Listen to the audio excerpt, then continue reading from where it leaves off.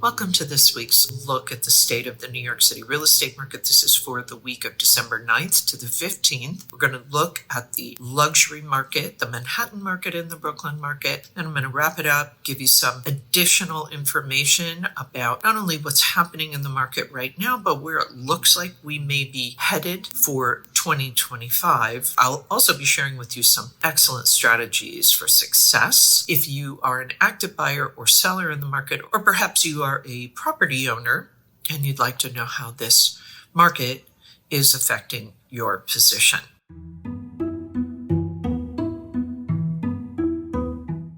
Okay, we'll get started now with the luxury market. There were 31 contracts signed in the luxury market. This is for properties that are priced at $4 million and above. Wow, that is a very strong number, just 3 fewer than the previous week, but still really great. The number one contract was Penthouse 5 at 200 East 75th Street. It was asking just under $23 million. This penthouse is in a new building that is under construction. It has 5,300 square feet. It includes 6 bedrooms, 6.5 bathrooms, and 3 terraces that total a little over 1,000 square feet. According to the Wall Street Journal, Met's shortstop, Francesco Lindor, purchased this apartment for around $20 million. Condo features 11-foot ceilings, arched windows, a 39-foot living room with a gas fireplace, is flanked by 2 terraces. Amenities in this 36-unit building, which is designed by Bayer, Blender, Bell Architects, include porte cochere, doorman, fitness center, virtual sports room with golf simulator, landscape roof terrace with an outdoor kitchen, a garden, cinema, children's playroom, a teen lounge, fun, music room, my favorite, pet washing facility, bike room, and storage. Wow,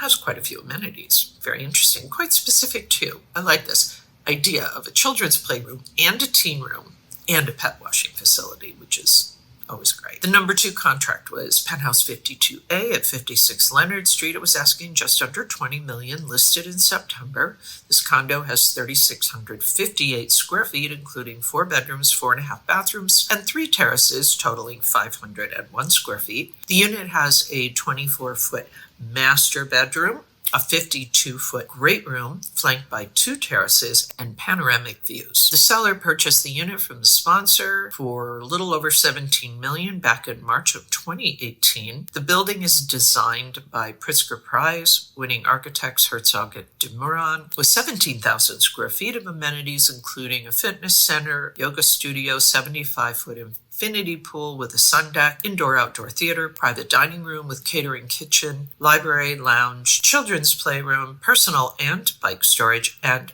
on-site valet parking. The total weekly asking price sales volume for last week, $261,979,000. Average asking price, $8,450,000. Median asking price, $6,850,000. Average discount from original ask to last asking price, 7%, and average days on the market, 549. That's it for the luxury market. Really nice showing. Even continuing, here we are in December, and luxury market is still quite robust. We're going to take a look now at what is happening in Manhattan and Brooklyn. As always, any questions, please post them below.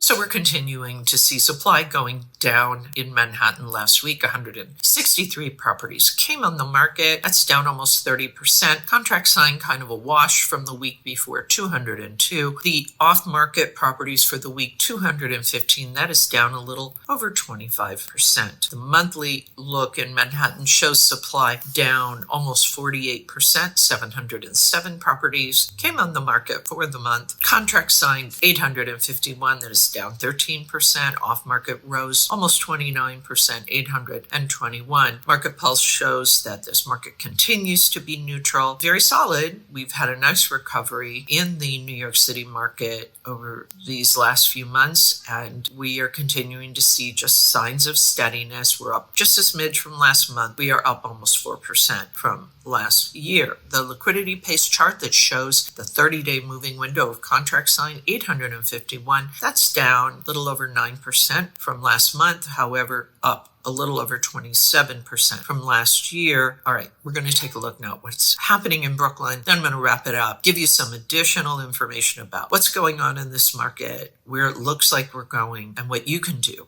to be successful.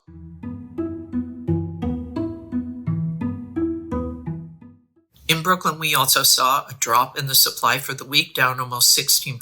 122 properties came on the market in Brooklyn. 143 contracts were signed. That's down about 14% for the week. And the off-market properties, 74. That is down almost 37%. For the month, the supply was 489. That is down about 36%. Contracts signed, 560, down about 17%. And there were 322 properties that came off the market last month. That is up a little over 19%. Just as with Manhattan, this market pulse for Brooklyn is showing that we remain in a neutral, kind of balanced, solid market. We are up almost 3% from last year and down just a little bit for the month. The liquidity pace chart for Brooklyn shows 560 contracts were signed over the last 30 days. That's down almost 14% for the month and up a little over 23% for the year.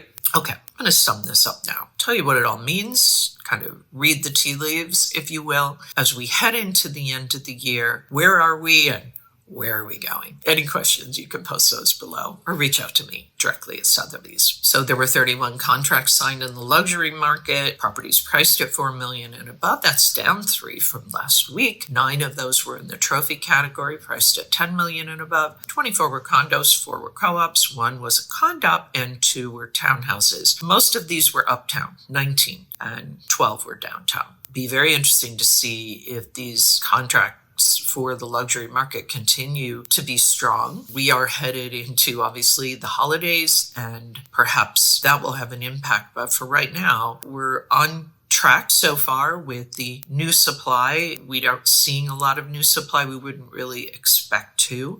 It'll be interesting to see as we head into the new year whether we start to see a lot more supply coming on. As I said, Manhattan and Brooklyn markets remain neutral, steady. We had a nice recovery in the fall. We saw a pullback in the supply for the week in both Manhattan and Brooklyn. We've got about 5,843 properties in Manhattan and just slightly under 3,000 in Brooklyn. Don't expect to see a lot of new inventory coming on the market until the spring, but we are continuing to see pretty solid contract activity. We were down a little bit in Brooklyn for the week in terms of contract activity, kind of held the same for Manhattan. The monthly off-market properties have risen a bit. For Manhattan, we're just under 4,100 off-market properties. Brooklyn, a little over 1,800. This liquidity pace chart, 851 for Manhattan, 560 for Brooklyn. Kind of about right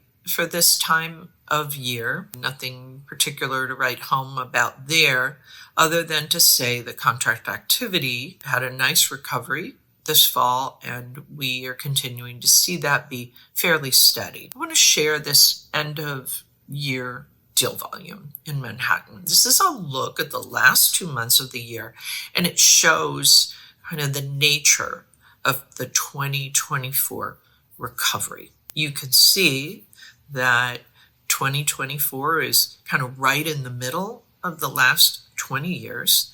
And with 2022 and 2023 on the far right side of the chart, the strength of this fall's recovery is pretty evident.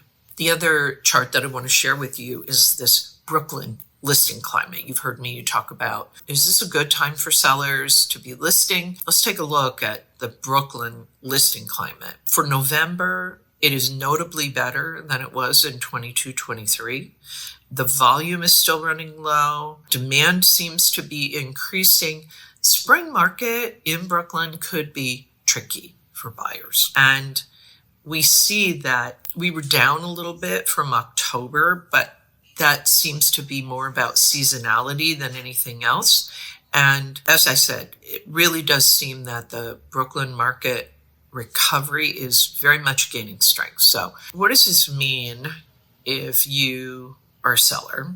We see the contract activity holding steady. There's kind of low supply right now. as we wrap up the end of this year, it does keep this recovery trend in play that makes it better for sellers, of course. Does this mean you should be listing your place right now? That's totally up to you. It depends on your plans and your timing needs. Typically, we see a bit of a slowdown, so you may want to hold off until the spring. Certainly many people who are ready to sell are planning to do so. End of February, mid-March, something like that.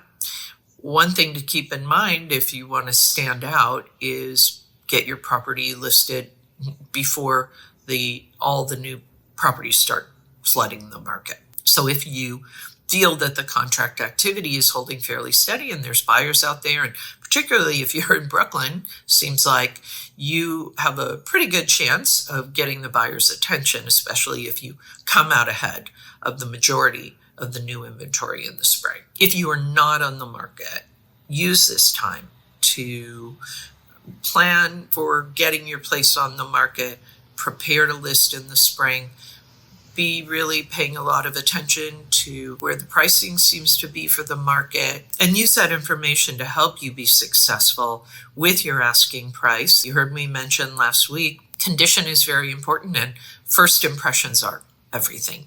You never get a second chance to make that first impression. So if you need a fresh coat of paint, do it. Make sure it's a neutral kind of one of the whites, as I call it. There's many of them now. It just depends on the light condition that you have in your home. Be sure you do the editing, clear out those closets, make sure everything is repaired. You don't want any unnecessary small repairs calling attention in a negative way to condition, because believe me, the buyers will see it, they will focus on it, they will wonder what that means, if there's more things they should be looking for. So pay attention to preparing your property for the market. If you're not going to list until spring, as I said, end of February, mid-March, you've got time. I would absolutely recommend that you do everything you possibly can to position yourself for success so that you stand out as best in your category. Buyers, we see that the supply is kind of falling, normal. There could be some listings that come on the market, but most sellers are going to wait until the spring. Certainly make a move on it. Sounds like, especially in Brooklyn, if you see something you like, this could be a great time. This could be a very good moment in time for buyers, because you do have less competition overall, and you have properties that have been on the market for a while, so those sellers are very likely to kind of want to shift their property and move on with their lives. So anything on the market for 170 days or more where you're seeing price reductions, anything that needs work, unrenovated, old renovation, estate condition, these properties are going to provide you with the best opportunity for leverage. Okay, that is it for this week's look at the state of the New York City real estate market. As always, my thanks to the Olshan Luxury Report and to Urban Digs. The work they do helps me to help you to make great decisions. That's it for my reporting for the remainder of this year. I'm going to be off. I will be back in January with kind of a recap of where we were for this last quarter of 2024 and a bit more forecasting for where it looks like we are going. In the meantime, have a wonderful holiday season, and as always, take care.